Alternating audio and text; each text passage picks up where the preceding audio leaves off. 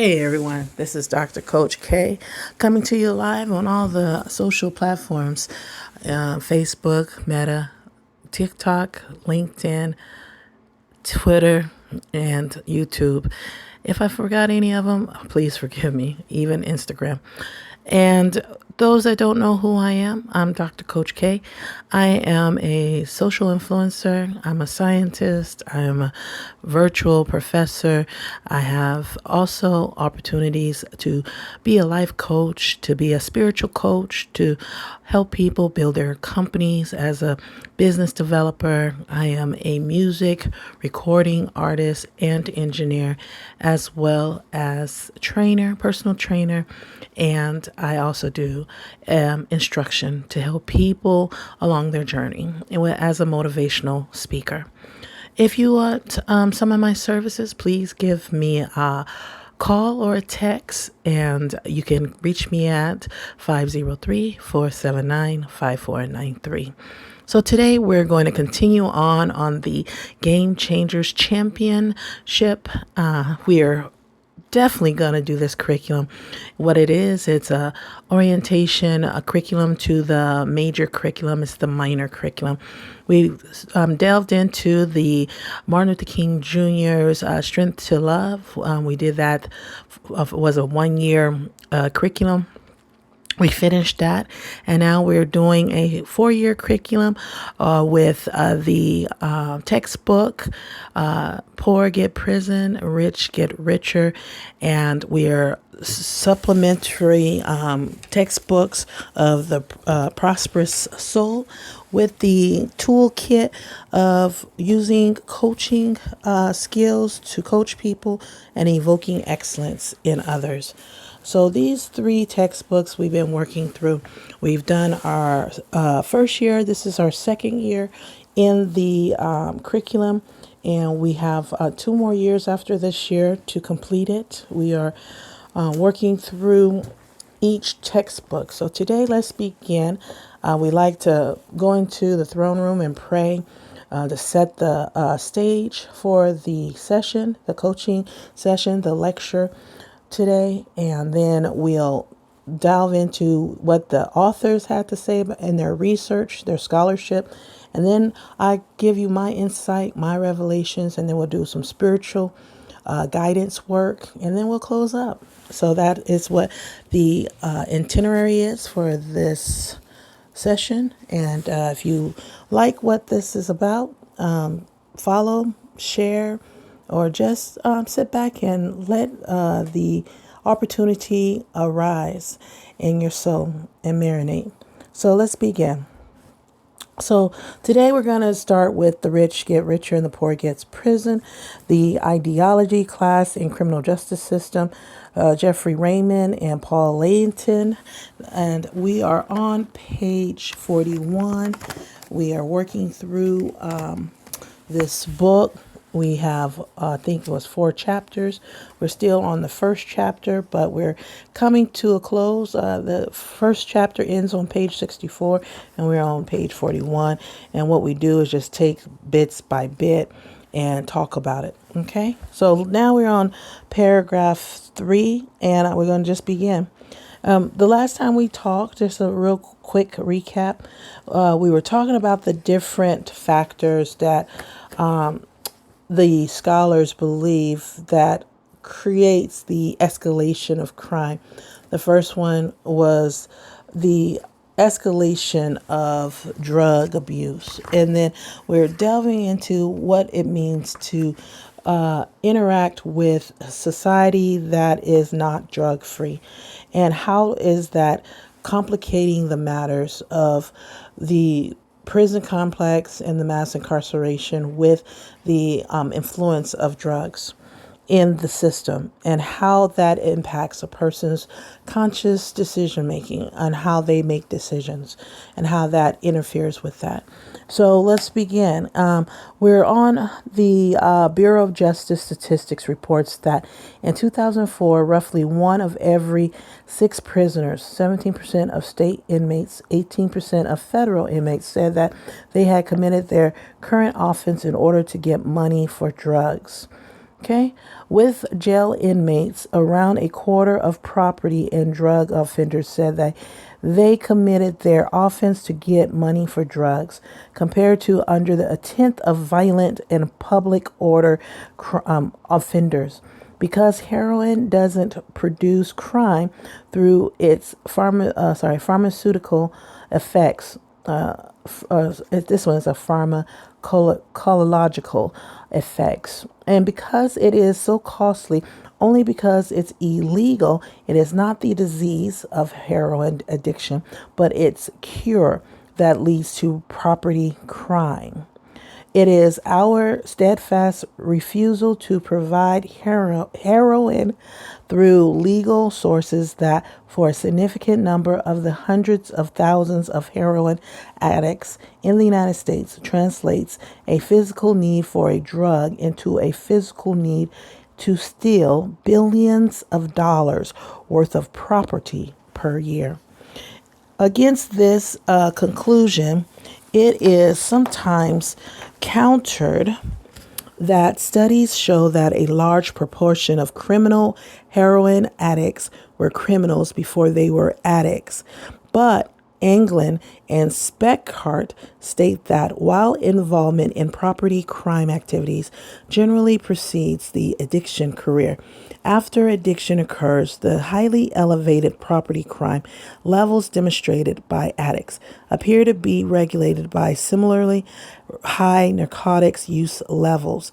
Thus, even for addicts who already were criminals, heroin addiction increases the amount they need to steal and works to make them virtually immune to attempts to wean them from a life of crime or prostitution.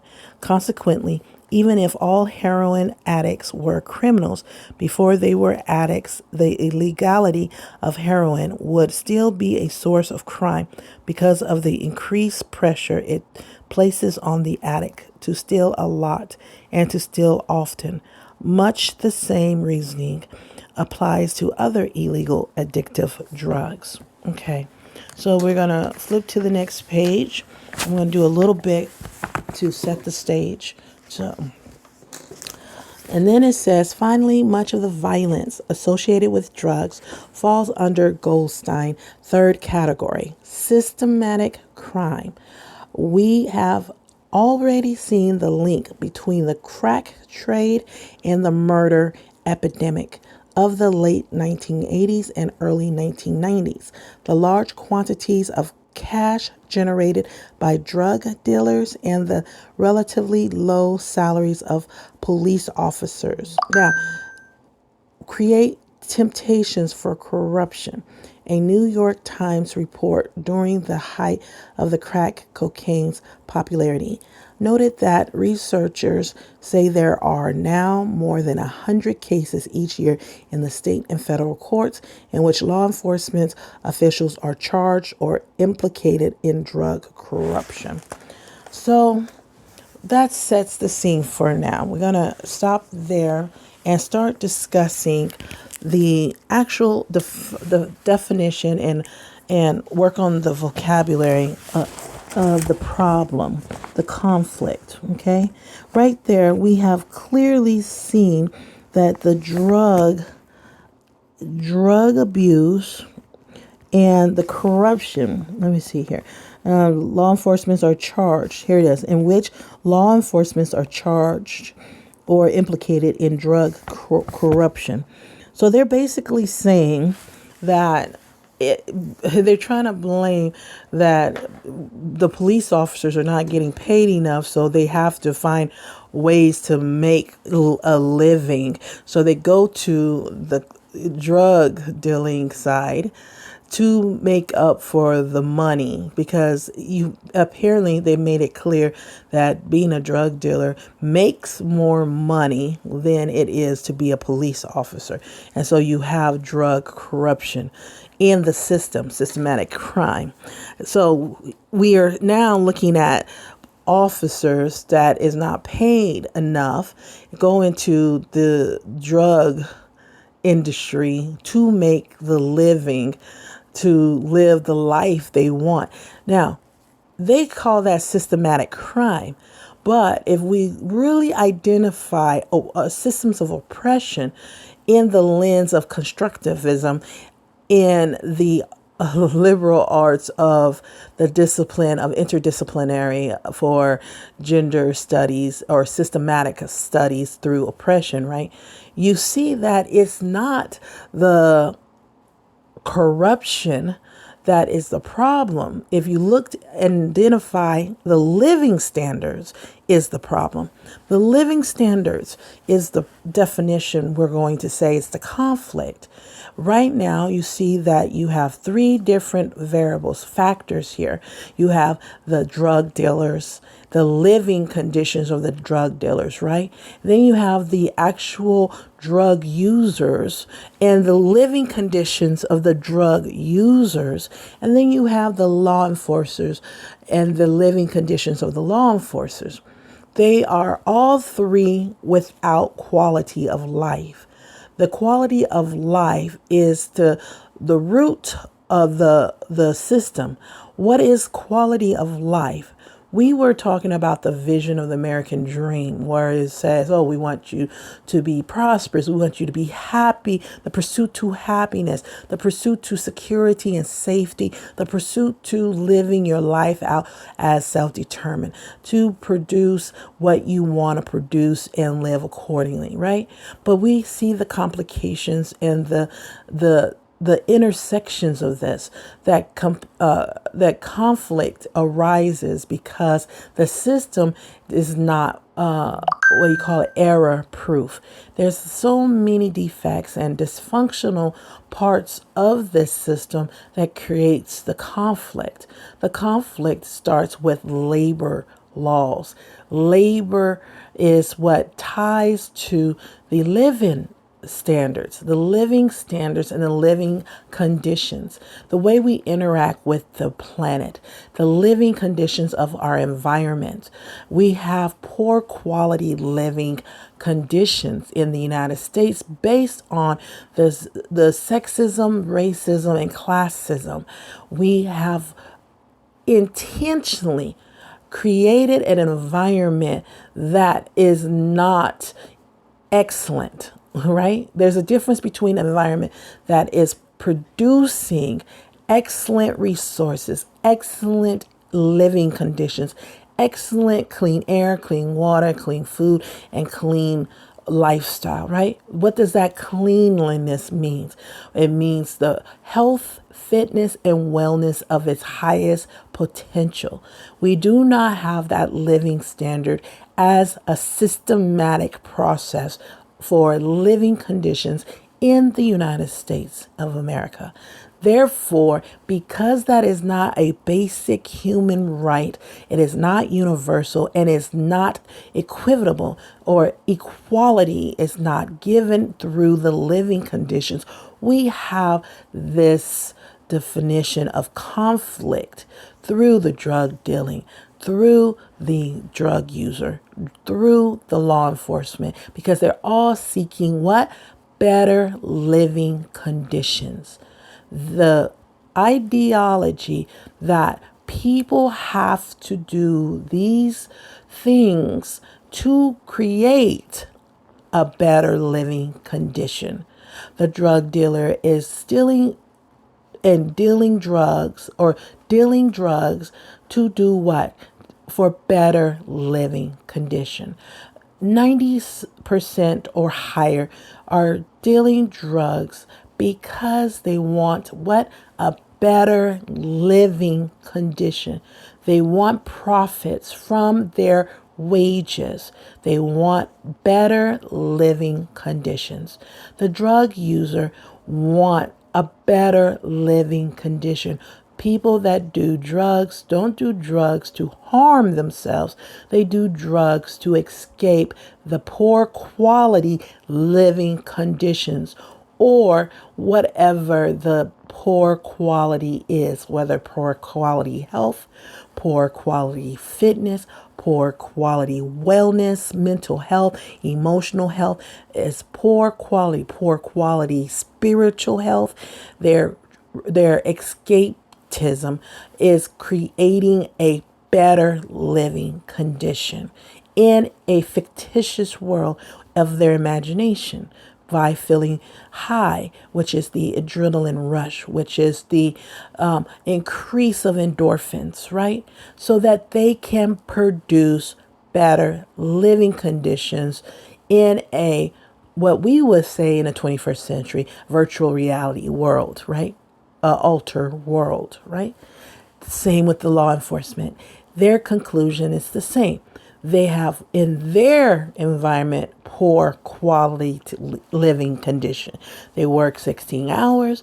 They work under wage for what their goals are in their living conditions, with family or with housing, with travel, whatever the case may be. In their circumstance, it's poor quality, and so they want to increase their living conditions. Resources and currency, as in capitalism, it all boils down to the roots. The conflict is they want better living conditions. So the living standard in our country is that we have some people with excellent living conditions and some do not. And why is there that gap? That gap comes from historical factors that has never been what? Removed or corrected, revision. So we are talking today about the drug component, the drug conflict. In reality, the conflict has a win-win solution, but because systems do not, change overnight, the adaptation is hard and rough, and sometimes some systems don't adapt. And so that increases mortality rates. It increases crime. It increases corruption. It increases defectiveness and dysfunction, which produce what? Degradation, aging, and decay, and then defeat. And this is what we see in the life cycle of a system from its baby stage or the embryo, larva, whatever, how you want to produce of conception stage to its finalization stage, which is the decay, and to the defect and defeat stage, right? The end stage. Okay. So when we see the journey of the system and kind of link it or parallel it to or connect it or correlation to a human life cycle or mortality life cycle versus immortality life cycle, or you can use mathematics and say finite versus infinite cycle. You can see all of the errors inside a finite cycle versus an infinite cycle. You don't see as many errors because it multiplies in a positive way instead of a negative way. You can have an infinite negative and infinite positive. And this is what we are trying to have a conversation around, is what can we do to put ourselves on that vibration or that wavelength that creates a higher results for what? Productivity, one, but two, for quality of life, excellence, and the prosperity of it in its totality, and then create some type of equilibrium or equality where that we don't have any choice but to be what? Excellent or exceedingly in that system. And that system has to have strong bones, which is the kind of system that has been created with higher frequencies of accuracy, right? We want a system that can endure as well as adapt. And this system we have seen does not, because as you see, the poor living conditions for the planet, poor living conditions for the people, poor living conditions for the ecosystem, poor living conditions in the interaction with each other. The list goes on. It's poor quality, right? It's unsatisfactory. And we see it not through the crime only, not through the corruption only, but also in the interaction of each other. The drug use that exceeds in a person's lifestyle based on what? Poor quality life. And then the drug dealer profession is developed and created to meet and all those needs and demands. See, that's what they forget. When you have a defective system, you have to see the checks and balances. You have to see the cause and effect, right? If you don't have a quality of life, and the law enforcement is the literal variable for the high quality system. But because it's not a high quality system, it's a low quality system, it has created the yin yang to the law enforcement is the drug dealer. See, everything has to have a yin yang system, which we call mathematics. You have a negative and you have a positive effect. Now, it could be switched. The negative effect could have been the law enforcement, and the positive effect could be the drug dealer. It doesn't matter which side of the fence it is. You just know one thing. If both sides have a conflict, they both what is removed. And that's called extinction, because it doesn't meet the need or the demand of adaptation or the elevation of growth and development. When it becomes stunted, it decays, and then it becomes a problem, because the problem is what we call inefficiency, ineffectiveness, and it doesn't create a positive resolution, or what we call a healthy, fit resolution, right? For all parties, for all intersections.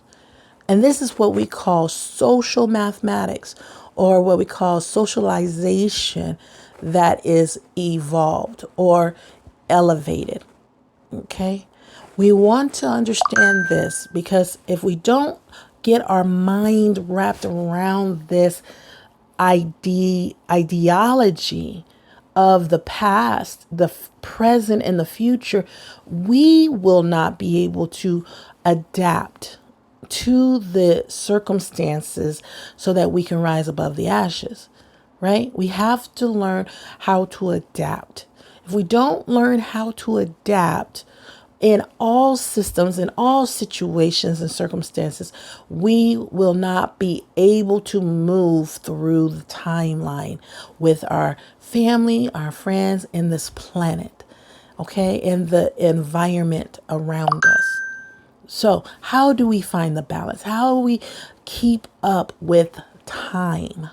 That's what we're adapting. The roots of it is quality of life, living conditions. The trees are able to live because of living conditions. Without living conditions, quality living conditions, it is extinction. That is one of the roots of the matter. So if we look at the conflict is the deficiency, right? The decay, the degradation, the defectiveness and dysfunction of living conditions. So that means our capitalism do not create that for all communities. It is successful by 10%. And then the 90% is unsuccessful. So if you look at it as a student in a classroom learning how to do math, you will see that the system we have called capitalism is a F. It only can produce satisfactory of 10%. So that means it is getting an F. Our system is a F, unsatisfactory. And we can be in denial.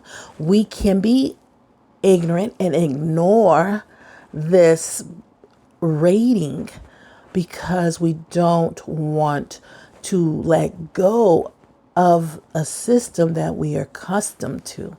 But if you want to rate it for its actual effectiveness and efficiency, it's an F. Because a 90% it is an A or above, right? 95% to be real. And we don't serve 95% of our 350 million with quality of life, living conditions.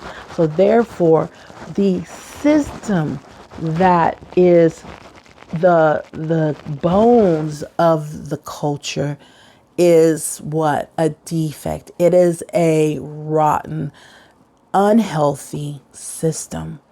It is not providing quality of life, effective life, efficient life, because we just outline the problem, right?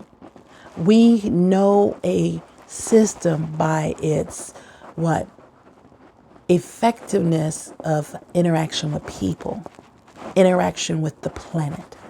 And if we don't have a healthy planet, mentally, emotionally, physically, spiritually, right? Planet, total, complete, right? Or the people and its citizens and creation and its animal life and plant life, then we have a system that is unsatisfactory. If we have only 10% of that population that is on that level of standard of excellent living conditions, then that means the 90%, it is a system that has failed us. Now, do we keep trying to force the system to work? No.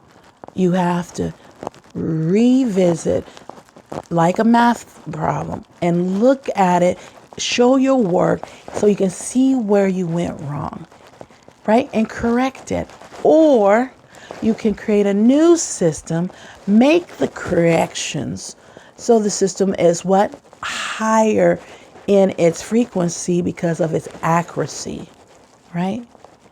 And that's how you change the game, right? So let's move out of the conversation of the rich get richer and the poor get prison, right? Let's take a moment now and create in us where we go from here. Now we got the understanding and we did the conversation and dismantle and talk about the conflict. So what is the solution? We spoke about what? Creating a new system or revisiting the old system by reconstruction and remodeling and rebuilding by correcting the errors, not covering it up, right? We're not putting a Band-Aid on. We're actually going in there in our math, looking at the work, right? The problem and how we solved it and looking at the errors. Did we make a mistake and where and how do we correct that mistake, right? From its roots, right? And then we can enter into the solution. And that is where the prosperous soul comes from. Not through a Band-Aid, right? The Band-Aid would be like the scholars were saying, corruption. No. That's the Band-Aid. Throwing people in prison, calling it corruption, underlining it as a problem on one type of living, like the drug dealer, which came into manifestation to resolve a conflict, which is the living conditions of the poor, and sometimes living conditions of the rich. See, the living condition is not always just physical or economical or environmental. Sometimes it's spiritual. Sometimes it's emotional and mental. So the living conditions of all of these things, like spectrum and the continuum of living conditions, the drug dealer manifests because it met a need. It met a demand, right? And that is why you have law enforcement corruption, because it met a need and a demand, even with the law enforcers, even with the user, even with the drug dealer. It met a need, right? It's called adaptation to the lack of living conditions, quality of life, quality of lifestyle, quality of health, happiness, and holiness or wholeness, right? Fitness, wellness is the basic universal sovereignty of humanity, of the planet, of the plant kingdom, of the animal kingdom, with you name it, right? That is the base of breath of life. Have the quality of breath, quality of basics of life. Okay?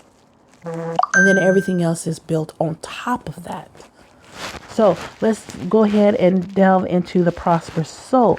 So once you get a new system or a reconstruction or remodeled system that corrects these inaccuracies, then you can start seeing the fruits of your labor producing immortality and infinity in your soul, in your world, in your community, in your planet life, right? In your system life. So this is what we're going to help build, is that vision board of prosperous soul.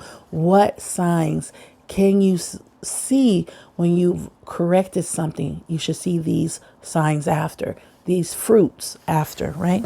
So we're on page 58 and prosperous soul. According with the purpose of heaven, how God wants us to fulfill his purpose for our life and the lives of those we love. True life wholeness and abundance is achieved by seeking first his kingdom and his righteousness in everything we do and pursue. So along with these 8 primary realms that we will be discussing in the 8-week study ahead, there are also 8 human drives that coincide with each realm. The drive to be safe, to know, to be known, to bond, to grow, to be recognized, to achieve, and to acquire. I find it interesting that according to psychologists, there are also 8 hallmarks of an empowered person: feeling loved, energized, supported, respected, and contributive, and having a sense of meaning, connectedness, and ownership. I've aligned the 8 realms of life with the 8 human drives and 8 hallmarks of empowerment. Wholeness is the spiritual realm, means we feel safe or saved by way of being loved by our Creator. The intellectual realm satisfies the drive to know and our longing for meaning. The emotional realm addresses our need to bond and feel connected. The physical realm is where our need to feel energized is satisfied by our drive to grow and improve.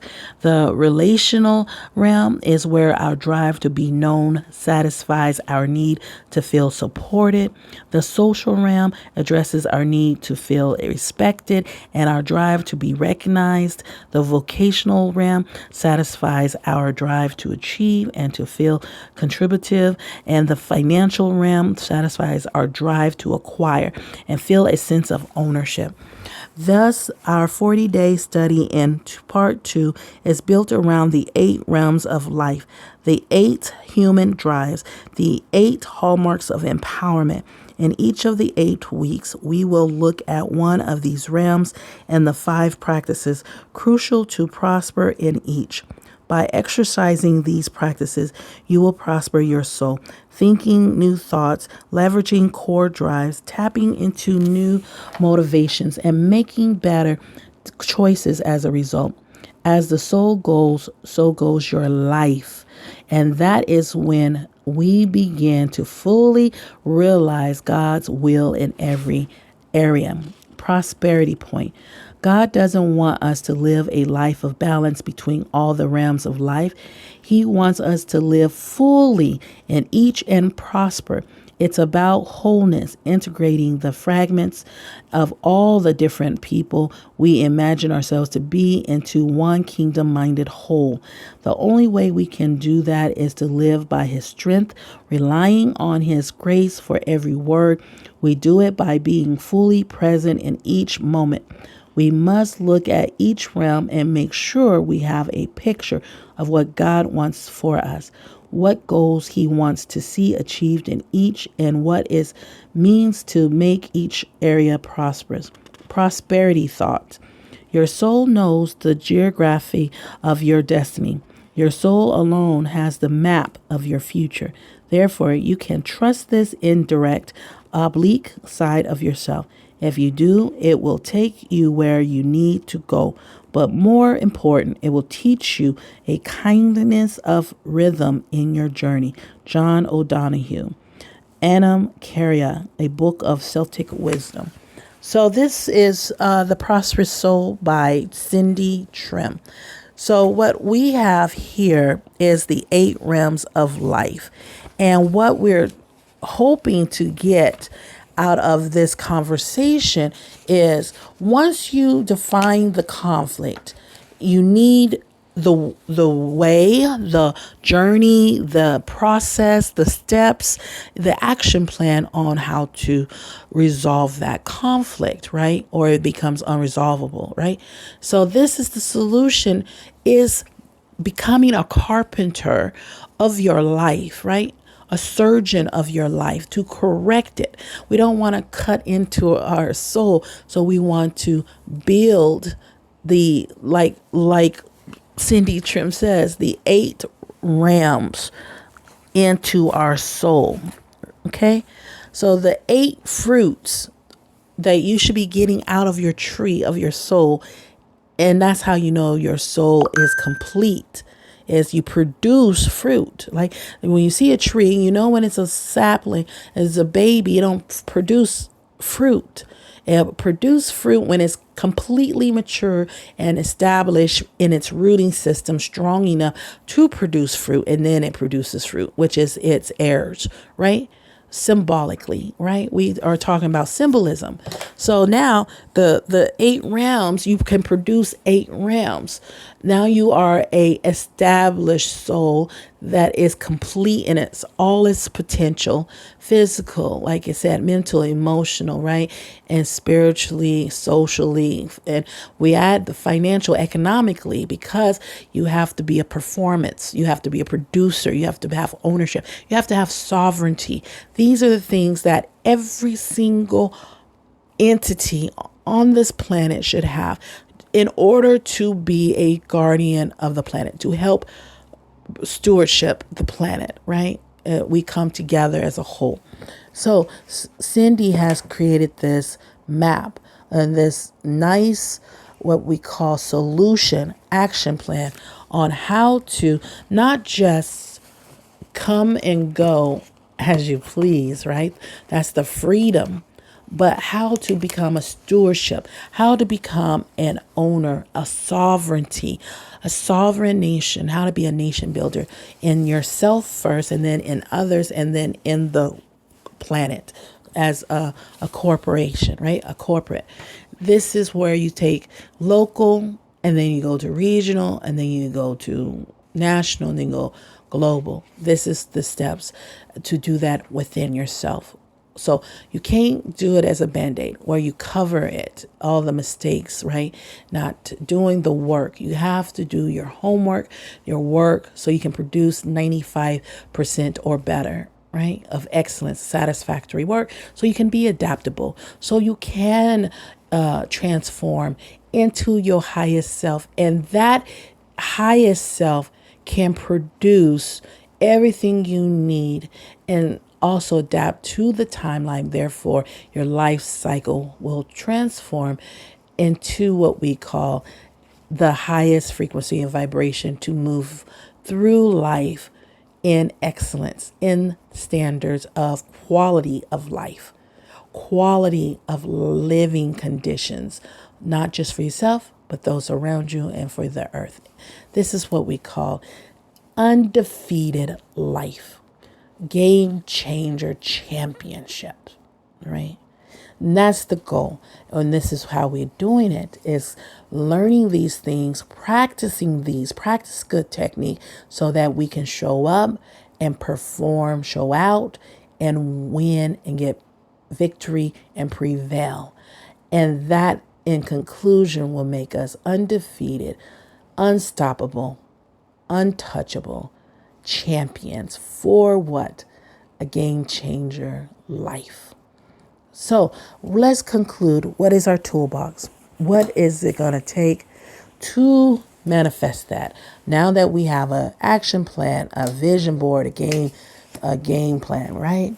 How do we walk it out, talk it out, live it out, right? So we're going to move into using coaching as a tool to do that, to evoke excellence in others and into yourself.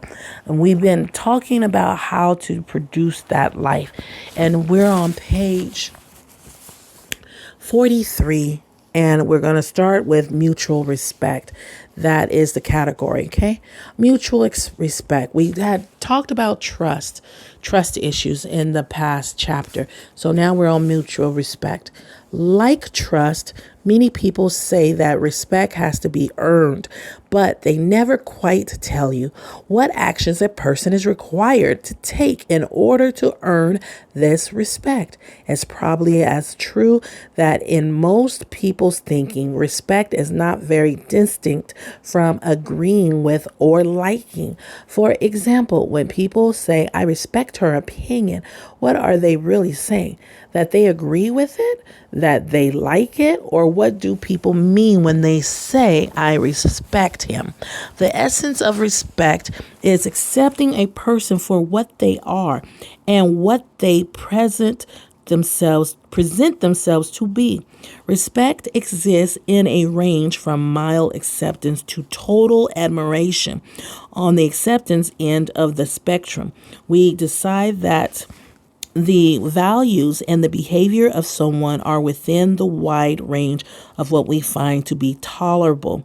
We may not fully understand the person or her motivation, but we found a way to accommodate her that minimized conflict. On the admiration side, we fully endorse the values and behavior of the person and hold them up as a model for ourselves and others. So let me just interject real quick. I'm not done interacting with the scholar James Flaherty, but I do want to mention this is where the disconnect happens when people are saying, for instance, like law enforcement says, people don't respect law enforcement because we live in a defective system and law enforcement upholds that defectiveness. They are not able to have the authority to correct it. And so when you are in a system that you're getting paid to uphold something that's defective, that is in conclusion, that inclusive to you as well. Somebody says injustice in some parts is injustice in everywhere. One thing I really love about the past, it shows us the errors. In the past, they had a nuclear plant. They was practicing on what is the effects of the nuclear bomb. When they were putting the nuclear bomb in the environment, in the air, they thought they were only hurting the people that was not their families, not their society, not their community, not their world. And they were okay with that. But when they researched it after people were dying from nuclear bomb radiation in their families, they realized the air they shared was equally damaged and contaminated. So the air was equally spread to their families and to them as well. And no matter how much mask, how much equipment they were damaging, the air supply, the creation supply, which is the plants, the animals, and everything that the radiation touched. And so this, when change happened, when they were able to receive the error and then corrected it instead of ignoring it, covering it up, they said, wait a minute. We cannot ignore this. We cannot be in denial with this, because rapidly the radiation is consuming all life. They recognize the time constraint, the restrictive power they had, which means they recognized they were running out of time. They had to fix it in urgency. It was an emergency, because human extinction, or the planet extinction, was increased, escalated.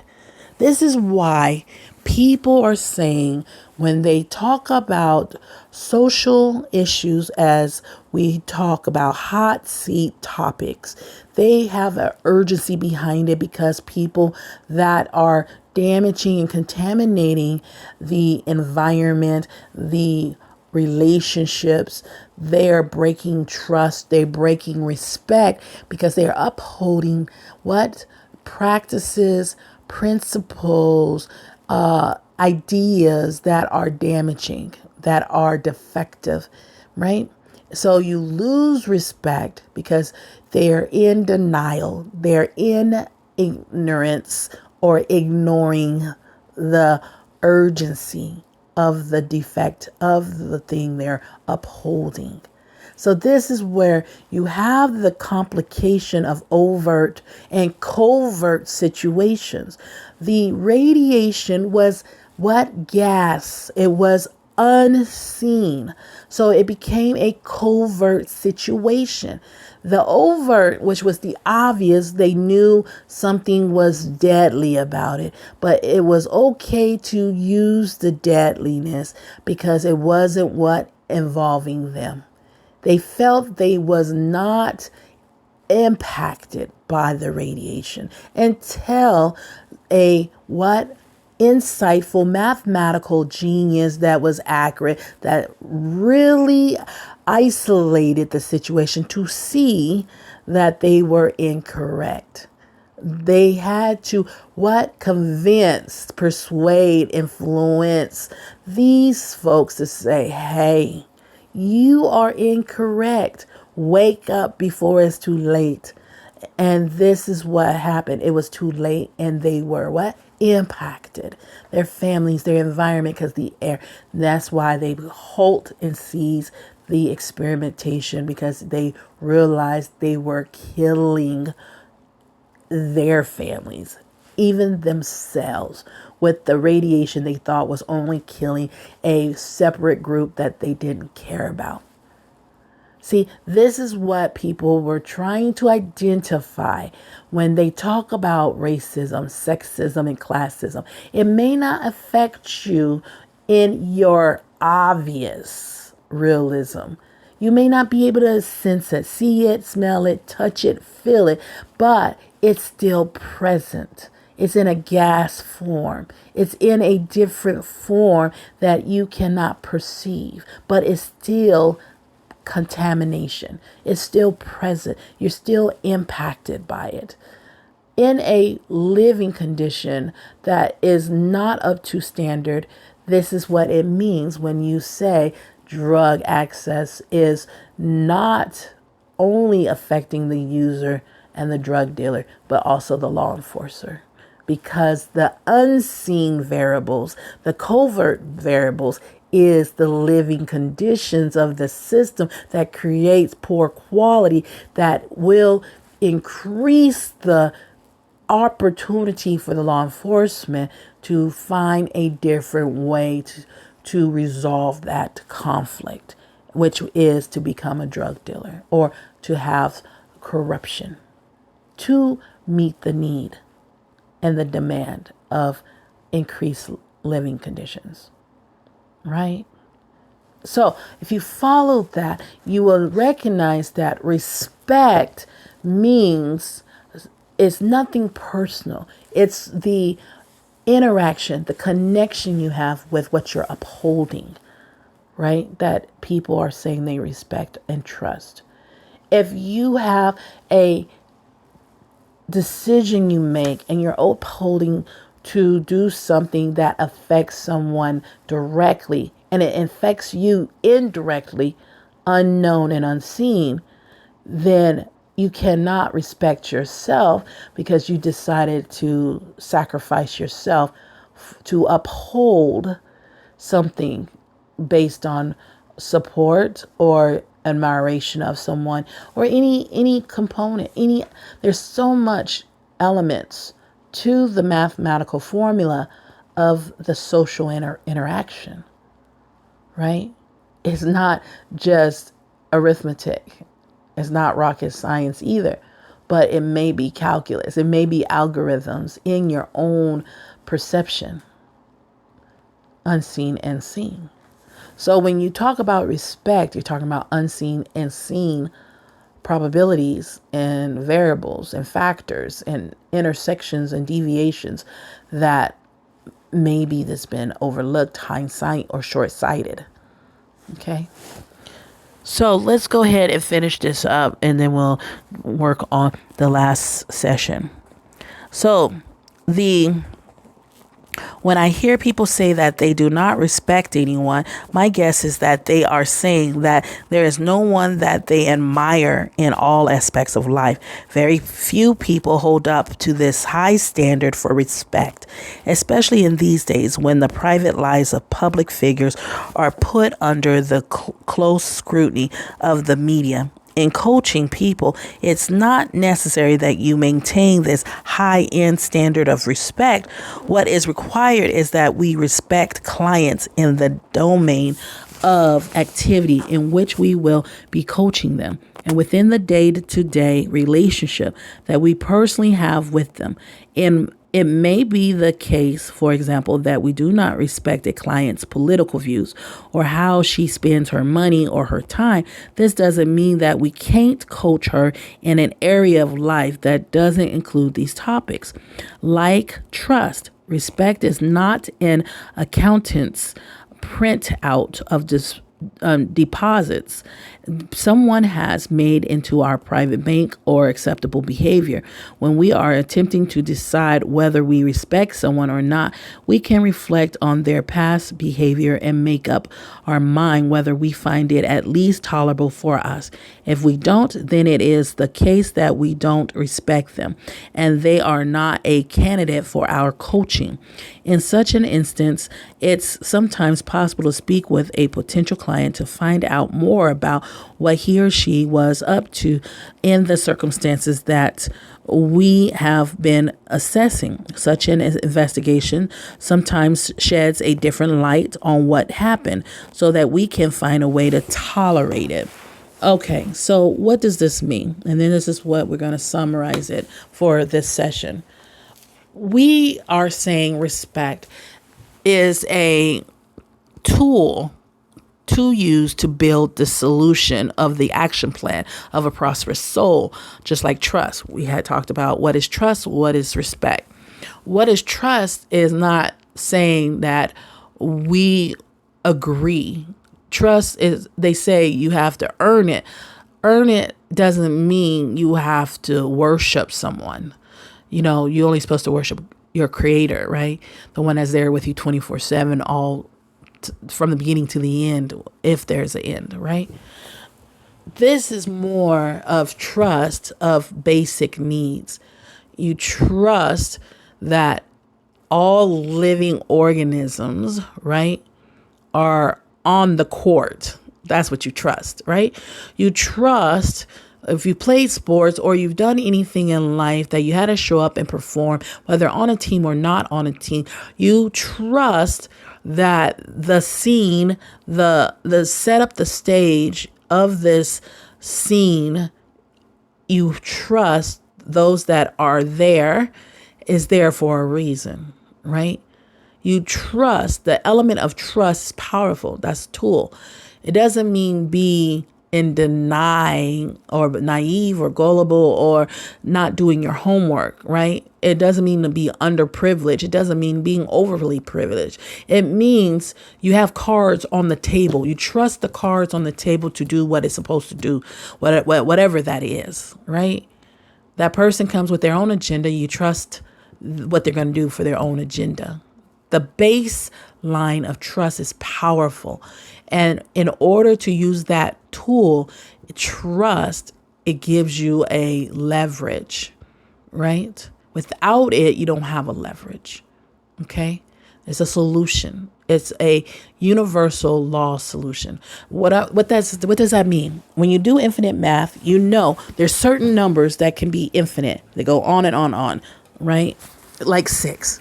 It can go on and on and on because 3 is the derivative. Same thing as 9, right? Because they're derivatives of 3. So that's an example. It go on and on and on for infinity. That's what it means to have an infinite number. So same thing with trust. Same thing with respect. Using these tools, you have an infinite number. Therefore, you vibrate higher. That is prosperous. That means you have excess. It's not limited. You don't run out. So you have an overflow. So the more you practice infinite, right, wisdom, infinite principles, infinite values, you'll have an overflow. You won't run on empty like a gas tank. So practicing trust, you don't want to practice what improper trust, inaccurate trust. You want to practice accurate trust, which means you don't want to tolerate anything and everything. You want accuracy tolerance, right? You want infinite tolerance that is going to create an overflow of productivity, of high performance, of quality of life, of excellence. That comes from what? Doing your homework. See, they say earn. You have to earn your trust. They should have said you as a self-made, internalized, what? Earning. How do you earn? Doing your homework, making sure things are accurate within you. That way people cannot control what happens within you. So you can live on an infinite life path, quality of life, of excellence without the interruption or corruption of others, right? That's how you become rooted, established deeply to bear infinite fruit, right? So let's go back into the basic of the tool of respect now. We talked about trust, the accuracy of the trust of cards on the table as an example, and learning how to use, or a better word, see, there it is. Use is a finite word, right? It's short-sighted word, right? That means it is limited. So you're not going to have an overflow. So you're going to run out, right? And be in deficiency. And then that life path of that word use will create what we call a deficiency. Okay. So now you got to improve that. Well, that's called correcting it, revision, because that was the error. And say, instead of use cards, you have to what? Produce the outcome through what? Manifestation of what? Collective what? Studying of the cards to be able to display, explore, discover, and release the proper decision of what? The card. See, yeah, that's a lot. That's called mathematical formula. And that is an algorithm I just said in that sentence. That is an infinite sentence that produces a better result and a better life cycle.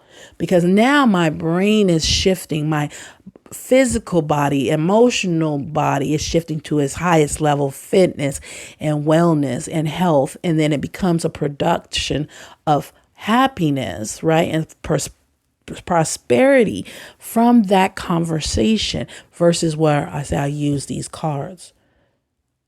Okay. No, we're not using those cards. No, we are creating a manifestation through our decision making, our strategic release and collect of information to receive and to input and output, right? Better decisions from playing or being a participant or a producer of an outcome not there it goes again, not using, because we've recognized, we're not ignoring that using is a finite word. We're now saying manifesting instead of using, manifesting the outcome through the participation of the card with the decision making. You see the difference? And then guess what? The resolution to that action plan will be more profitable. No, let's even go higher. Let's go better.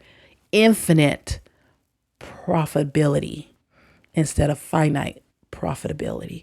That way we share and multiply now because we have now an overflow, a bottomless overflow to produce and to share without waste for others.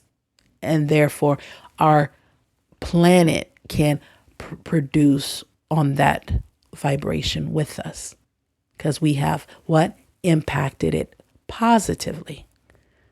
That's a lot of work, right? That's what it means to earn your trust because you did your homework. And the homework produces, there's no manipulation. It's no conniving because you're not trying to control the environment, but you're trying to produce the excellence of accuracy in your internal environment so that it can manifest the infinite outcome of resources that can be shared endlessly. That's a prosperous soul.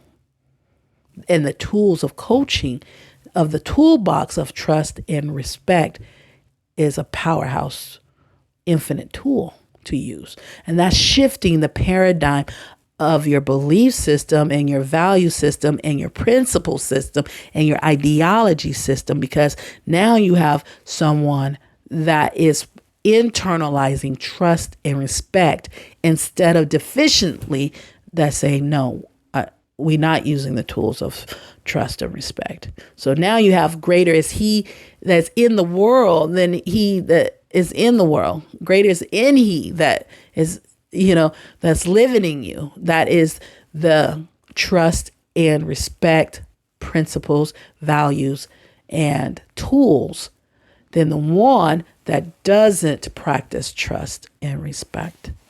But the conversation behind it, the mathematical work behind it, under the hood, looks different.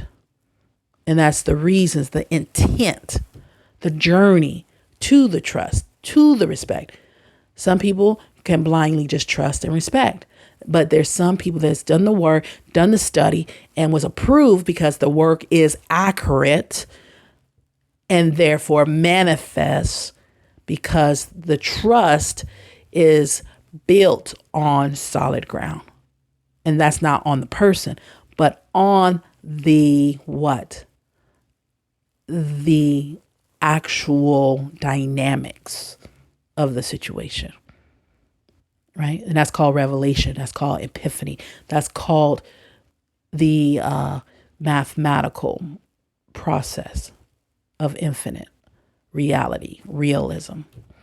That all has to come into play in decision making. You either Make a decision based on finite or infinite, good or evil, right? Poor or rich, empty or full, right? It's a bounce between those two spectrums and continuums and everything in the middle. That's math. Negative to positive, right? Defective or effective. We always have that, what we call mathematical process that we have to always be developing for accuracy or inaccuracy. So that is the recommendation, insight, and coaching for the process of where do we go from here? How do we use the past, the present, and the future? How do we use inaccuracy to accuracy and then excellence? How do we use these things? Well, there's the word, use, right? So let's correct it and say, how do we manifest? How do we manifest? That is the infinite word, manifest. The finite word is use. Because when you use something, you use it to its degradation. You use it up. Like you kill plants, you can't. What happened to the plant? It's dead. After you finish using that, if the plant is dead, it's dead. There's no more plant. You use its body recklessly and carelessly, right? That's finite. But in the infinite world, the decision makers don't use the plant. They manifest the plant. The plant lives eternally, and they learn how to use the plant in all its stages. And therefore, the plant lives and produces and multiplies and produces an endless production of what the person needs and demands, because it is not using the plant, it's manifesting the plant. And the plant does not have to be sacrificed for its production. It can be a producer. It can be an owner. It could be what? A sovereign being, a partner, a co-creator. And therefore, learning how to manifest the plant is learning how to use its leaves, use its fruit, use its bark without harming it, so it can live out its life cycle. It's a win-win. See the difference? Infinite, immortal world makes different decisions versus the finite world. And that's what we are examining and observing and monitoring daily in our systems. And that's what this conversation is about. The system of criminal justice and why it's a finite system and what is an infinite system. We're saying the next, what we call corrected, remodel, or new system is restorative justice, right? System. So with the solution, the action plan is a prosperous soul and restorative justice. And how do we transition out of a finite system into an infinite system? An everlasting government from a government that dies. All right? And this is the process how we do it. We learn in a classroom first.